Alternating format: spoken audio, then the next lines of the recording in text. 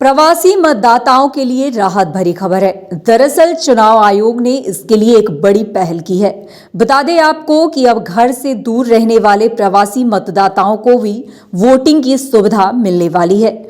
मतलब साफ है कि अपने घर से दूर रहने के कारण वोट नहीं डाल पाने वाले मतदाता अब इस चिंता से मुक्त हो जाएंगे। जी हां, अब अगर कोई मतदाता मतदान के समय अपने इलाके में नहीं है तो वो अब कहीं से भी वोट डाल सकेंगे। इसके लिए चुनाव आयोग ने बड़ी पहल की है, जिससे घरेलू प्रवासी मतदाताओं का वोट डालना अब आसान हो जाएगा। दरअसल चुनाव आयोग ने घरेलू प्रवासी मतदाताओं के लिए दूरस्थ ईवीएम का प्रोटोटाइप विकसित किया है। ये एकल बूथ से 72 निर्वाचन क्षेत्रों में दूरस्थ मतदान को नियंत्रित कर सकता है। चुनाव आयोग ने 16 जनवरी को घरेलू प्रवासी मतदाताओं के लिए रिमोट ईवीएम की शुरुआती मॉडल दिखाने के लिए सभी दलों को आमंत्रित किया है।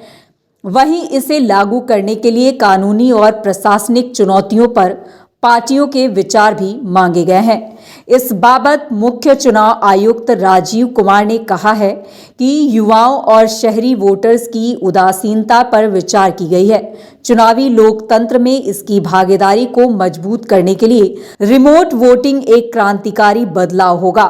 पब्लिक सेक्टर के लिए बनाई गई इस मल्टी रिमोट ईवीएम को सिंगल रिमोट पोलिंग बूथ से 72 निर्वाचन क्षेत्रों को संभाल सकती है। यानी एक ही बूथ से ही अलग अलग 72 निर्वाचन क्षेत्रों के मतदाता मतदान कर सकेंगे।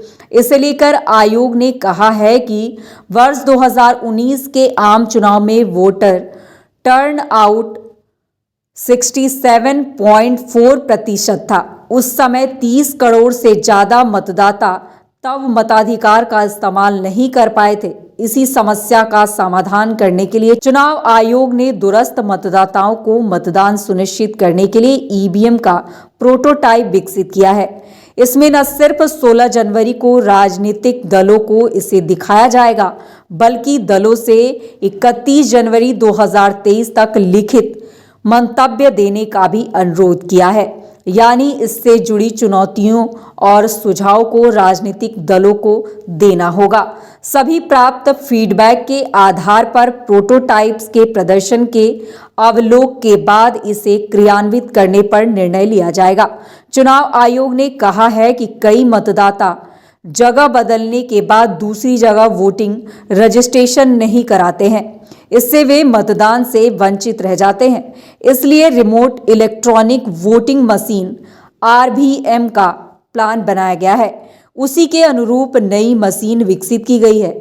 हालांकि इसमें कई प्रकार की चुनौतियों को भी देखा जा रहा है, जैसे किसी निर्वाचन क्षेत्र का मतदाता कहाँ प्रवासित है, उनकी कुल संख्या कितनी है, साथ ही उन्हें किस प्रकार से अपना घरेलू प्रवासी मतदान के लिए रजिस्ट्रेशन कराना होगा। इन तमाम चुनौतियों का समाधान कैसे होगा, इसे निर्वाचन आयोग 16 जनवरी को सार्वजनिक करने वाली है।